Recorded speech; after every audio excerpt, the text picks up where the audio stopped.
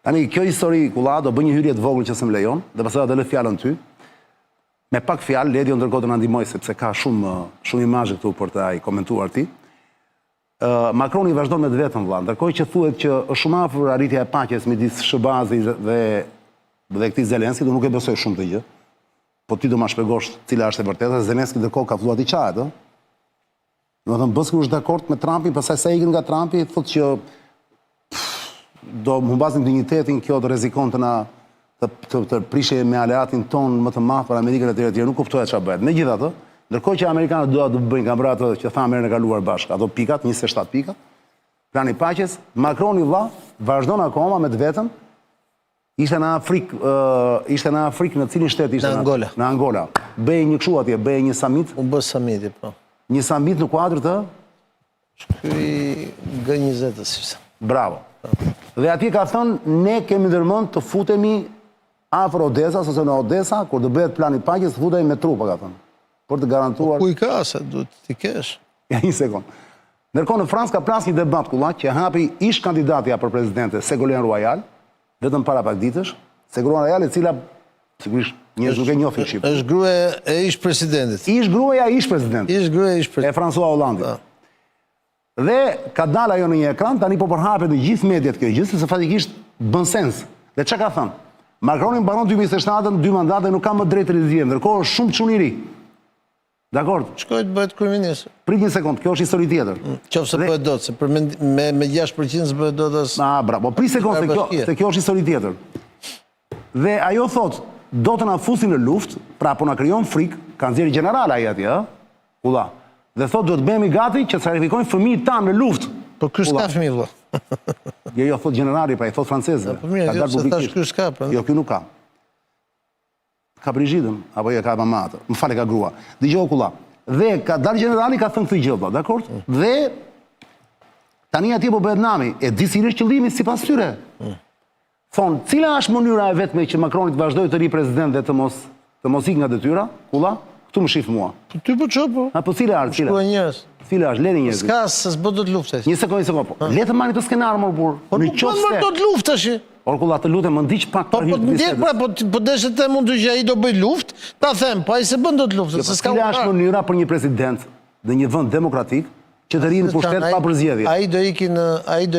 Po jepja më përgjigje për njerëzit. Ai do ikin opozit. Po jepja më informacion për njerëzit. Mënyra e vetme është luftë, po nuk bën dot luftë. Bravo. Tani një sekondë mbaroj unë. Dhe ta them pse. E vetmja mënyrë që një president qoftë në vende të tilla të BE-s, ku ka rotacion normalisht, ku zgjedhjet nuk vijnë etj, është në qoftë se për shembull një vend i Europës ose në luftë, presidenti i atij vendi ose presidentja nuk i jep dorëheqjen, vazhdon të jetë detyrë. Dhe këtë i atribuojnë tani Macronit dhe thonë që për këtë po e bën të gjithën, mbase kjo nuk është e vërtetë. Ségolène Royal, për shembull, nuk është kundërshtarja e tij, realisht, por doli e tha publikisht dhe po e thot çdo ditë, tani Kulla, e para. Ti e mendon këtë gjë që ai mund ta ketë si qëllim në vetvete, se është tjetër gjë e bën se e bën. Le të merrem një herë me pjesën, a e ka këtë gjë, e mendon? Shiko Çani, kur ka ti marrni me radhë, lutem. Kur ka filluar kjo lufta e Ukrainës, se kemi qenë bashkë studio, unë kam dëgjuar shumë broçkulla. Me sa broçkulla kam dëgjuar për luftën e Ukrainës dhe të vetëm mos nga kjo. Dhe të Izraelit këtu janë pafund. Nuk kam dëgjuar kurrë në jetën time broçkulla sa që kam dëgjuar për këto dy luftra. Dhe kjo është broçkulla e radhës. Sot Franca realisht njësi për të bërë luftë ka vetëm ato të legionit të huaj, të cilat i ka pas përdorur në Francë, i ka pas përdorur në Afrikë, po ata që nuk kontrollojnë dot më Senegalin dhe Burkina Faso, ti mendojnë që do shkojnë do të bëjnë luftë në Ukrainë me Rusi? E para. E dyta, luftrat çan ka një gjë që i dallon nga të tjerat. Në luftë nuk ka të mirë dhe të këqij. Nuk ka të bukur dhe të shëmtuar. Luftë ka humbës dhe fitues. Kjo është arsyeja pse e morën në qafë Zelenskin, sepse nëse Zelenski do kishte nënshkruar paqen 2 muaj më mbrapa kur Erdogani ja dha mundësinë atëherë në Stamboll. Pra lufta filloi në 3 muaj më mbrapa. Lufta filloi në 24 shkurt dhe takimet gati marrëveshje u bën në maj. Edhe në atë moment i thanë këta britanikët, francezët i thanë Zelenskit vazhdo luftën se ne do t'japim para, do t'japim kare etj. Jo, se thanë vetëm ata. Ata në fillim. Jo, administrata Biden... Mbrapa vjen në fillim, qanë kanë qenë këta. Dhe problemi është që tani situata është ajo që është. Ukraina nuk ka më ushtar po tërhiqen, i kemi parë me video e tjerë. Territor po humbin për ditë. Jo se kemi imazhe të dy plasë. Dhe mbi gjitha gjendja ekonomike është katastrofë, bombardimet vazhdojnë çdo ditë dhe në anën tjetër ka një mundësi për të patur një,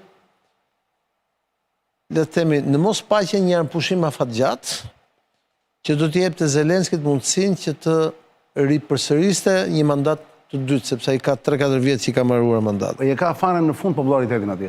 Po e ka fare në fund popularitetin për shkak të korrupsionit dhe skandaleve të korrupsionit që i kanë plasur. Se gjë e vogël është? Jo, po se gjë e vogël, por nëse sot ai e ka mundësinë që ta ketë, pas një viti ai s'do ketë mundësinë as për këtë, do t'i duhet të gjejë një vend ku ta rratiset, mos do ta fusin burg siç po fusin burg njerëzit e tij të afërt.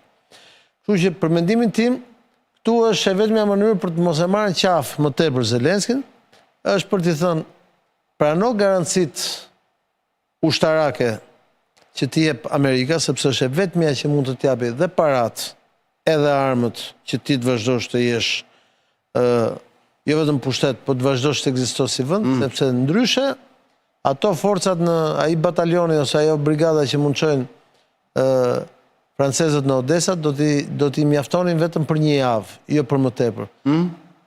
E gjithë historia këtu çan është ekonomikisht si do përballohet dhe kush do ta bëjë rindërtimin e Ukrainës. Nuk është një gjë e lehtë. Kjo është arsyeja pse perëndimi po sforcohet shumë. Mos harro, Macroni deri tani ka thënë një ca broçkulla të tipit që do bëjmë ushtrinë europiane, ndërkohë që kanë NATO-n dhe nuk paguajnë 2% e NATO-s. Ka thënë që po stërvisim forcat e Ukrainës në Francë dhe i quan atje dhe ata u shpërbën gjithë brenda një jave. Ka thënë që do përdorin armët bërthamore e tjerë. Nuk ka vetëm një sot NATO, ku është edhe Franca, ka vetëm 2 ushtri reale. SBA-n edhe Turqinë. 77% e buxhetit të NATO-s është buxheti amerikan. Secili nga këta, nëse sillet si kastravec dhe vepron në mënyrë unilaterale, vetëm sa i dobëson më tepër Ukrainën dhe e forcon atë tjetrin. Dhe çështja është që sa më shumë të kaloj koha, aq më i keq do jetë në negociata Putini në raport me pjesën tjetër, sepse ki parasysh që në negociata kur ulen nuk fiton ai që ka të drejtë, fiton ai që është më i fortë. Qartë. Po jam totalisht dakord me ty. Okej. S'ka i mini keq. Tani nuk duhet vazhdojnë ta dobësojnë më Ukrainën. Duhet ta ndalojnë luftën atje ku është në mënyrë që e para mos vritet më njerëz ashtu, po e dyta është që mos dalim humbës gjithë nga kjo luftë, sepse do dalim gjithmonë e më të dobët, Ku i ke ata gjenite mëdhenj që para 4 vitesh na thonin që me sanksionet do falimentoj Rusia? Ku i ke ata gjenite mëdhenj që thonin që iku rubla për lesh? Ku i ke ata që thonin që Putinit po i bën ngru shteti? Ku i ke ata që thonin që u shkri ushtria e Rusisë? Ku i ke? Ku janë? Gjithë ta që dilin dhe thonë. Pra, nëse kemi ardhur në këtë pikë, kemi ardhur sepse papërgjithshmëria politik bërse e disa politikanëve, për arsyet e tyre të brendshme, qoftë edhe ky Macroni që ka shkuar 6%, ka rritur në nivele të rrezikshme dhe kërcënuese. Paradoksalisht, njeriu më realist në tërë këtë histori, 2 njerëzit më realist në këtë histori, janë edhe kryetarët e 2 vendeve më të rëndësishme në NATO. Është presidenti i Amerikës dhe presidenti i Turqisë. Të tjerët i ke gjithë në ajër. Edhe në NATO jemi çan. Po 5 pushke edhe nga ato që i kapën atij që po flisim ne pak më përpara atje në Orosh, nuk ja çojmë dot çan, qofse s'kemi ushtar, sepse lufta në radh parë ka nevojë për ushtar. Po mbase këta francezët kanë. Ku i kanë çan? Mund të marrin ata ushtrisë këtë atit. Jam i qartë. Kur bëjmë paradën e Ishe perfekt në analizën tënde, ishe brillant dhe dëgjova me kënaqësi shumë. Kjo është historia. Po, unë kam një pyetje ndërkohë. Dhe të lutem prano të hysh në këtë logjik tani. Po sigurisht. Ti pranon se dhe mile kemo, sepse nga janë. Sigurisht. Pra kur i ke këtë qarta gjërat, që në një konflikt nuk ka rëndësi kush është i mirë dhe i keq, por ka rëndësi kush është i fortë dhe i dobët. Dakor? Fuqidhimi. Problemi është ky vëlla. Cili është interesi i Macronit atëherë? Do mbjetoj, më zotë. Do mbjetoj, hyri në këtë pjesë, shiko, Macroni sot është i vetmi lider nga këta të perëndimit. I vetmi lider nga këta të perëndimit që është akoma në zyrë që kur ka fillu lufta. Dy njerëz janë që kur ka fillu lufta... Në fakt, mandatin e dytë me atë e mori, me Ukrainën. Dy njerëz janë që janë akoma në zyrë. Zelenski dhe Macroni. Jo, Zelenski nuk e shu. Macroni dhe Rama. Tjerët kanë ikë gjithë nga zyra. Italia kishte kryeministër tjetër kur filloi. Po, ndruan të gjitha. Sot ka tjetër, gjithë. Anglia ka ndrruar një 5 deri. Pra këta i bie që janë, ndoshta janë dy... Gjermania ka ndrruar 2. O kulla, po ndoshta këta janë dy gjenimër, burr. Tashi ky joni s'është fut lufta atje, po ky që do me u fut, tashi të vetmit që kanë mbijetuar deri tani, nga fillimi i luftës, në këto 4 vjet janë këta 2. Të tjerët gjithë shtëpi kanë shku. Anglia që ka qenë luftënxitësja më e madhe dhe antirusja më e madhe, e cila është historikisht antiruse, 4 lidera kanë ra, 4 kryeministra.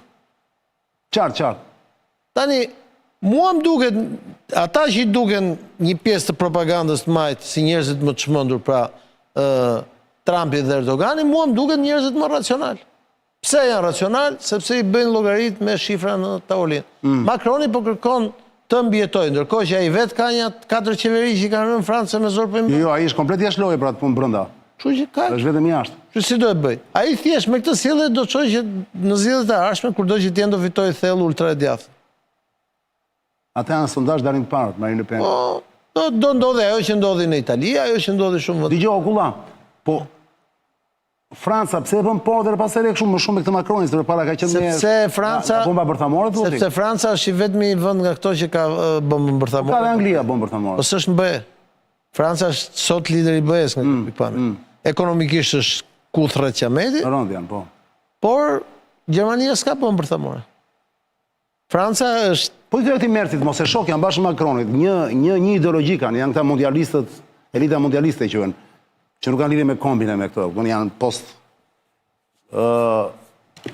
Edhe merti kështë thënë, do bëjmë ushtrim më të madhe në Europë. Po duhet ndërkohë të gjejë ushtarë, se vetëm po e bëri me emigrantë, se Gjermania s'ka më. Po si s'ka, ku tani janë 80 milion njerëz të ta Po s'ka më, vetëm po e bëri me emigrantë, po të them, po mori sirianët që ka marrë këta e tjerë, shkon në Gjermani, shikoj ti nëse do gjesh në për qytetet e Gjermanisë do gjesh Gjerman. Po i gjenë në fshatra më burr? Po fshatra janë rehat, janë shtëpitë e vet. O çani që të bësh ushtri, do ushtar. Po si mendon ti që Europa nuk ka ushtar? S'ka çani, s'ka më njerëz çani, sepse ka humbur kultura e luftës. Ka shumë kohë çani që ka përfunduar. Po ta kishte ku tishin me shoqyr. Por po them sot NATO që ekziston, ne themi NATO, jemi të fortë themi NATO. Po 77% buxhetit NATO se paguajnë amerikanët.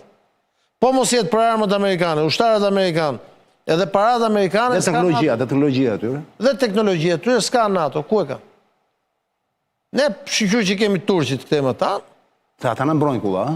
Po që është pjesa më tanë që të ruan me gjithë hazinë, me gjithë pjesën atje, me botën arabe, ku keti? S'ke o qanë. Ka që është Evropa, qa është sot Evropa?